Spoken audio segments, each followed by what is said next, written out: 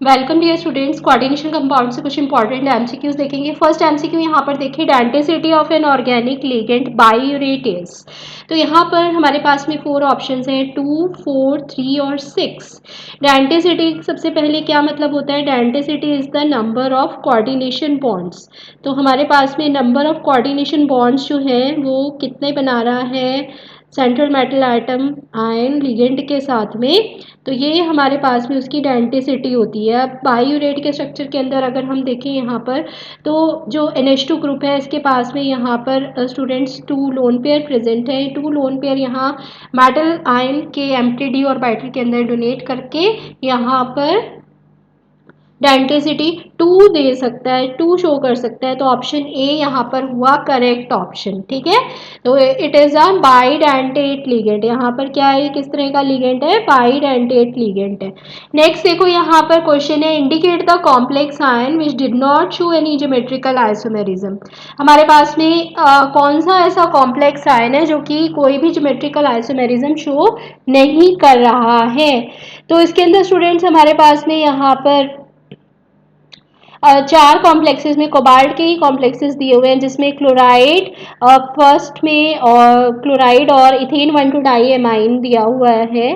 ठीक है, इथेन 1,2 डाईएमाइन जो है चिलेटिंग लिगेंड है, चिलेटरी रिंग्स बनाता है 2, यहाँ पर इसका नंबर दिया हुआ है। और सेकेंड के अंदर हमारे पास में यहाँ पर साइनाइड और NC ये नंबर दिया हुआ है। अब इनका अगर रेशो देखें स्टूडेंट्स, तो हमारे पास में यहाँ पर फर्स्ट कॉम्प्लेक्स में 2:2 का रेशो दिया हुआ है। तो अगर यहाँ पर जनरल फॉर्मूला देखें तो ये हमारे पास में हुआ स्टूडेंट्स MX2Y2।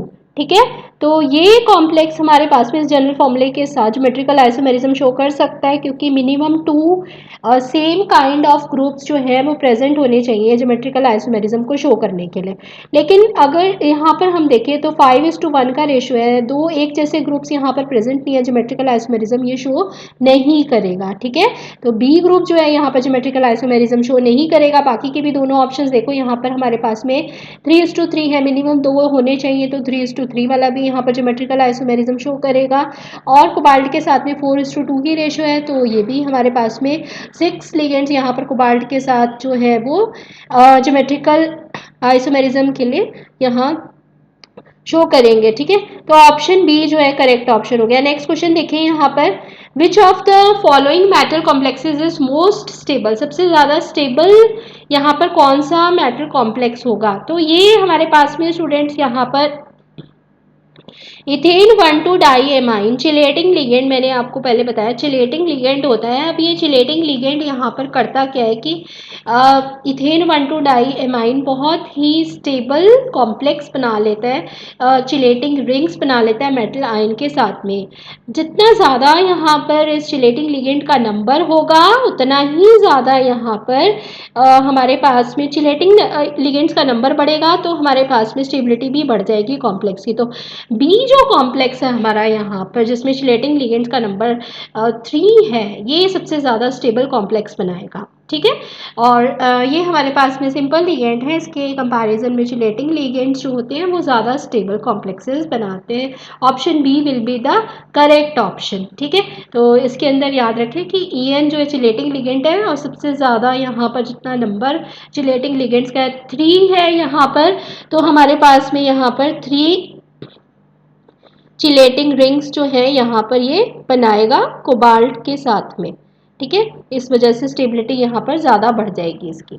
अब नेक्स्ट हमारे पास में क्वेश्चन है स्टूडेंट्स। इस क्वेश्चन के अंदर हमारे को दिया हुआ है, among trans and cis form, cobalt की ट्रांस फॉर्म और सिस फॉर्म के अंदर कौन सा ऑप्टिकली एक्टिव है और कौन सा इनएक्टिव है? कोबाल्ट की यहाँ पर दोनों ही हमारे पास सेम काइंड ऑफ ग्रुप्स यहाँ पर हमें अरेंज करने होंगे। तो ये देखो कैसे करेंगे। यहाँ पर सबसे पहले तो आप इसके अंदर ध्यान रखो कि ट्रांसफॉर्म के अंदर हमारे पास में होता क्या है स्टूडेंट्स, की जो सेम काइंड ऑफ ग्रुप्स हैं वो ट्रांसवर्स डायरेक्शन में चले जाते हैं।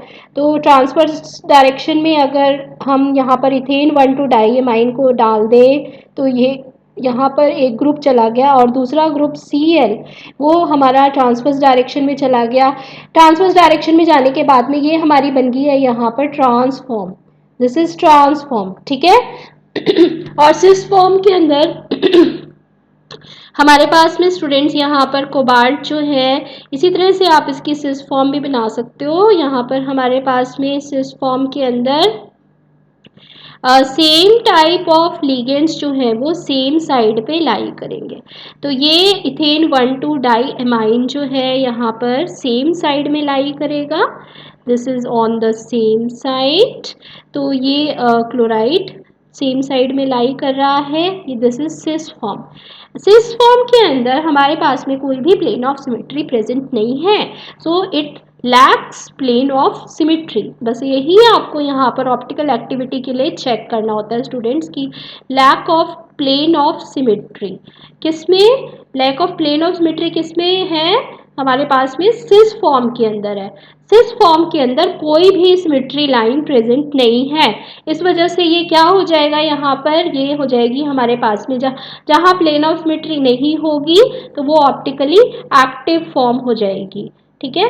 और ट्रांसफॉर्म के अंदर ये हो गई ऑप्टिकली एक्टिव फॉर्म। और ट्रांसफॉर्म के अंदर सिमेट्री देखो, ये है सिमेट्री लाइन प्रेजेंट है यहाँ पर, ये दिख रही है आपको सिमेट्री लाइन। तो इसी तरीके से यहाँ पर भी प्रेजेंट है, सिमेट्री लाइन प्रेजेंट होने से, प्लेन ऑफ सिमेट्री प्रेजेंट होने से यहाँ पर इसकी ऑप्टिकली एक्टिविटी जो है कंपाउंड की वो ख़त्म हो जाती है और ऑप्टिकली इनएक्टिव हो जाता है ये। तो यहाँ पर हमारे पास में प्लेन ऑफ सिमेट्री प्रेजेंट है, प्लेन ऑफ सिमेट्री जो है यहाँ पर प्रेजेंट है। तो प्लेन ऑफ सिमेट्री प्रेजेंट होने की वजह से ट्रांसफॉर्म क्या हो गया हमारे पास में, optically inactive, this is optically inactive, ये ऑप्टिकली इनएक्टिव हो गया, ठीक है। तो ये ऑप्शन डी जो है स्टूडेंट्स हमारे पास में हो गया यहाँ पर correct option, option D will be the correct option. तो इसके अंदर ये इसकी एक्सप्लेनेशन हो गई स्टूडेंट्स। ए जो है हमारे पास में उसमें प्लेन ऑफ सिमेट्री है, ए कांट बी ऑप्टिकली एक्टिव, और बी जो है इसके अंदर कोई प्लेन ऑफ सिमेट्री प्रेजेंट नहीं है, तो ये हमारे पास में ऑप्टिकली एक्टिव आइसोमर होगा, option D will be the correct option. Next है हमारे पास में यहाँ पर students complex that can show optically activity. Optical activity के लिए फिर से हमारे पास में सिस और ट्रांसफॉर्म को इसी तरह से आप ड्रॉ करके देखो। यहाँ पर हमारे पास में अलग अलग तरह के लिगेंड्स दिए हुए हैं। अगर हम यहाँ पर ऑप्शन ए और ऑप्शन डी को कंपेयर करें तो हमारे पास ऑक्सलेट बाइडेंटेट लिगेंड प्रेजेंट है क्लोराइड के साथ में, क्रोमियम यहाँ पर ऑक्सलेट के साथ में प्रेजेंट है स्टूडेंट्स। ड्रॉ करके देखते हैं इसको।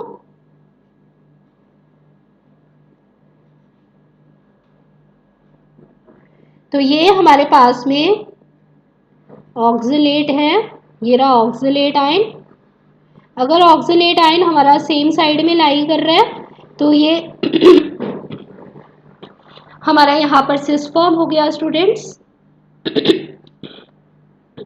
और ट्रांसफॉर्म के अंदर अगर हमारे ऑक्सलेट और क्लोराइड जो है वो ट्रांसवर्स डायरेक्शन में लाई करेंगे तो वो हमारा ट्रांसफॉर्म हो जाएगा। प्लेन ऑफ सिमेट्री यहाँ पर इसमें प्रेजेंट नहीं है, तो ये ऑप्टिकली एक्टिव फॉर्म होगी हमारी, ऑप्टिकली एक्टिव होगा, ऑप्टिकल आइसोमेरिज्म जो है वो शो करेगा, ठीक है। ऑप्टिकली एक्टिव है या ऑप्टिकल आइसोमेरिज्म शो करेगा। तो ये हमारा हो गया यहाँ पर इस क्वेश्चन के अंदर हमारे पास में ऑप्शन डी जो है स्टूडेंट्स वो हो गया करेक्ट ऑप्शन। जबकि हमारा जो दूसरा यहाँ पर है स्टूडेंट्स इसमें ऑप्टिकली एक्टिविटी के लिए बाइडेंटेट लिगेंड यहाँ पर प्रेजेंट नहीं है, ठीक है, इसमें से ट्रांसफॉर्म के अंदर। तो ये हमारे पास में क्वेश्चन नंबर 6 पर जाएंगे स्टूडेंट्स। यहाँ पर क्वेश्चन नंबर 6 के अंदर अगर हम देखें तो हमारे पास में यहाँ पर एक कॉम्प्लेक्स या उसकी कंपोजिशन H12O6Cl3 क्रोमियम ये है। इस कंपाउंड के अंदर स्टूडेंट्स हमारे पास में इस कॉम्प्लेक्स में अगर कॉन्क H2SO4 के साथ हमने इसको ट्रीट किया तो 13.5% of its original mass is lost. अगर 13.5% मास H2SO4 के साथ में लॉस हो रहा है या वाटर मॉलिक्यूल ही निकल रहा है, इसका मतलब यहाँ से तो आप सबसे पहले तो मॉलिकुलर मास इस कंपोजिशन के साथ में फाइंड आउट करो, फिर वाटर मॉलिक्यूल का नंबर कितना लॉस हो रहा है वो हम इस परसेंटेज से कैलकुलेट करेंगे। सबसे पहले हमें यहाँ पर मॉलिकुलर मास कैलकुलेट करना है स्टूडेंट्स। कितना हो जाएगा यहाँ पर देखो ये हो गया हमारे पास में 12 + 6 इंटू 16 प्लस 3 इंटू 35.5 प्लस 52, ठीक है। ये आ गया टोटल हमारे पास में 266.5 ग्राम पर मोल मॉलिक्यूलर मास आ गया इस कंपाउंड का। अगर हम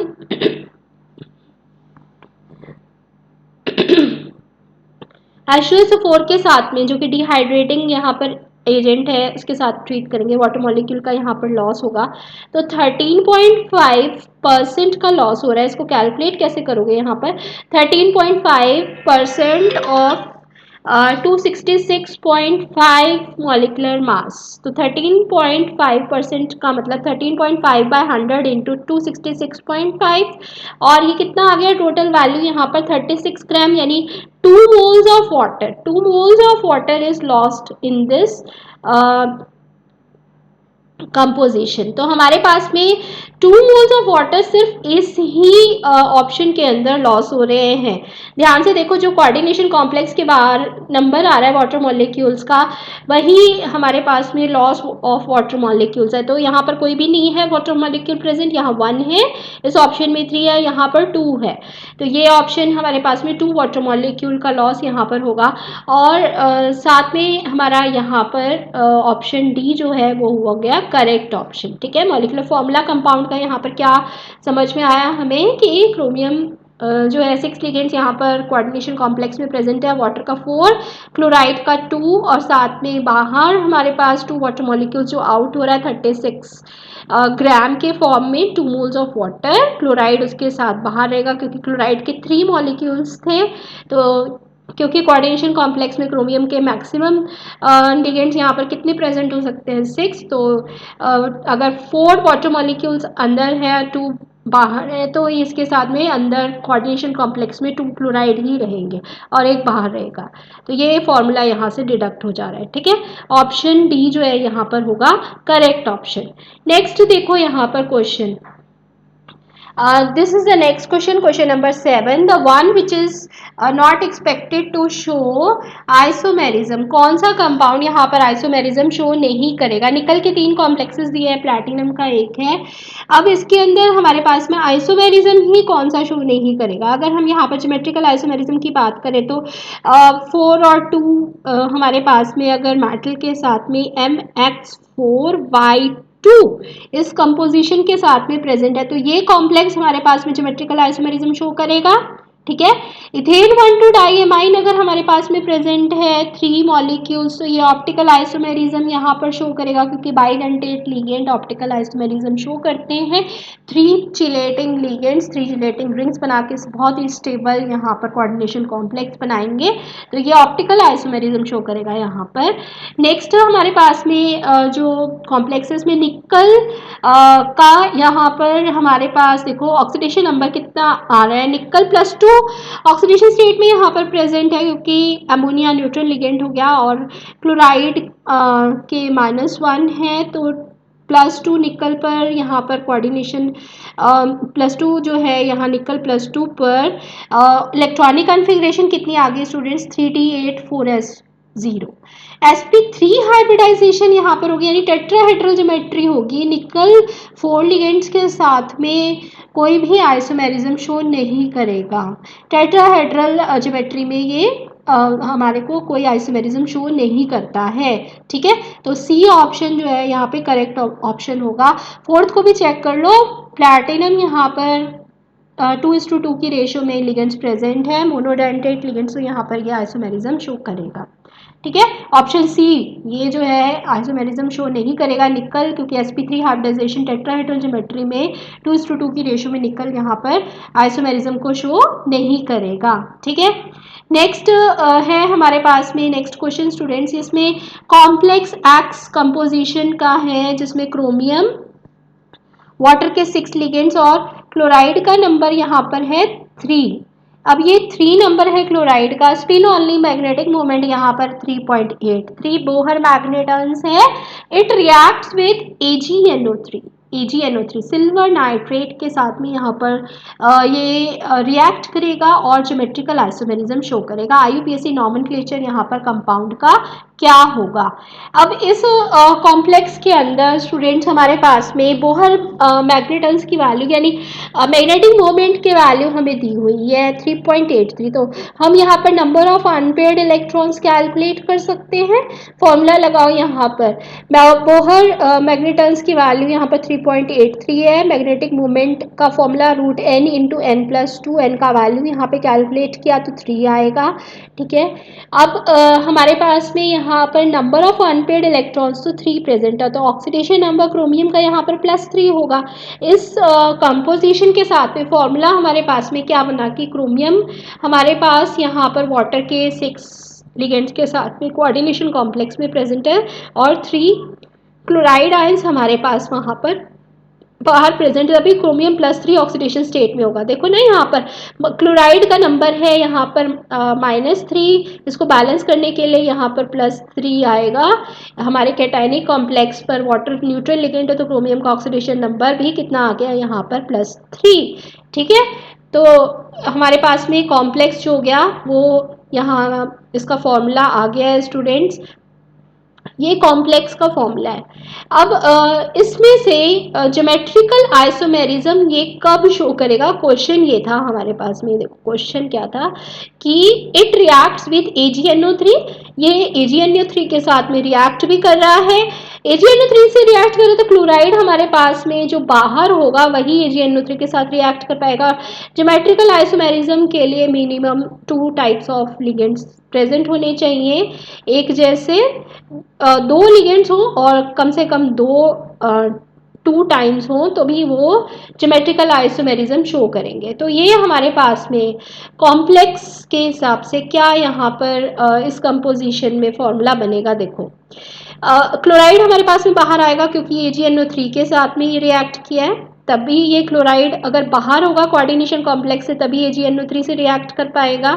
ठीक है, और दूसरा यहाँ पर ज्योमेट्रिकल आइसोमेरिज्म शो करने के लिए हमारे पास में 4:2 की रेशो यहाँ वाटर और क्लोराइड मेंटेन करेगा क्रोमियम के साथ में ऑक्टाहेड्रल कॉम्प्लेक्स बनाने के लिए। तो 2 वाटर मॉलिक्यूल्स हमारे पास कॉम्प्लेक्स से बाहर आ जाएंगे, तभी यहाँ पर वाटर का नंबर 6 जो है कंपोजिशन वाला वो मेंटेन होगा। तो ये हमारा करेक्ट यहाँ पर फॉर्मूला कॉम्प्लेक्स का जो कि ज्योमेट्रिकल आइसोमेरिज्म शो करेगा वो बन गया।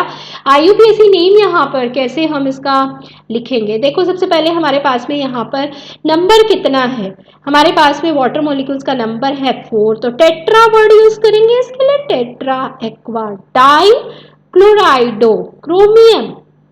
अब यहाँ पर क्रोमियम का ऑक्सीडेशन नंबर लिखो, कितना हुआ क्रोमियम का ऑक्सीडेशन नंबर हमारे पास में यहाँ पर 3 हुआ। ठीक है, 3 कैसे होगा स्टूडेंट्स, क्रोमियम का आपने देखा ही ऊपर +3 ऑक्सीडेशन स्टेट आ रहा है, तो क्रोमियम 3 और हमारे पास बाहर क्या क्या प्रेजेंट है, क्लोराइड डाई हाइड्रेट। तो अब यहाँ पर जो 4 ऑप्शंस हमें गिवन है स्टूडेंट्स, इसमें से हम मिला लेते हैं कि हमारे पास में करेक्ट ऑप्शन कौन सा होगा। तो ये हमारे पास में ऑप्शन यहाँ पर ऑप्शन डी जो है स्टूडेंट्स वो आ रहा है correct option, tetra aqua dichloride chromium 3 chloride dihydrate. ठीक है, option D will be the correct option. तो ये हो गया हमारे पास में क्वेश्चन, इसकी एक्सप्लेनेशन। 9th क्वेश्चन पे बढ़ते हैं आगे। नेक्स्ट है हमारे पास में स्टूडेंट्स यहाँ पर आइसोमर्स हैं, आइसोमर्स ऑफ कोबाल्ट। कोबाल्ट जो है यहाँ पर एमोनिया के 4 लिगेंड्स क्लोराइड के 2 लिगेंड्स के साथ में आइसोमर्स बना रहा है, जहाँ पर कोबाल्ट क्लोराइड के साथ में 90 डिग्री के एंगल के साथ प्रेजेंट है। तो मैरिडोनियल और ट्रांसफॉर्म जो होंगे वहाँ वो होंगे यहाँ पर आइसोमर सिस या ट्रांस होंगे केवल या सिस होंगे।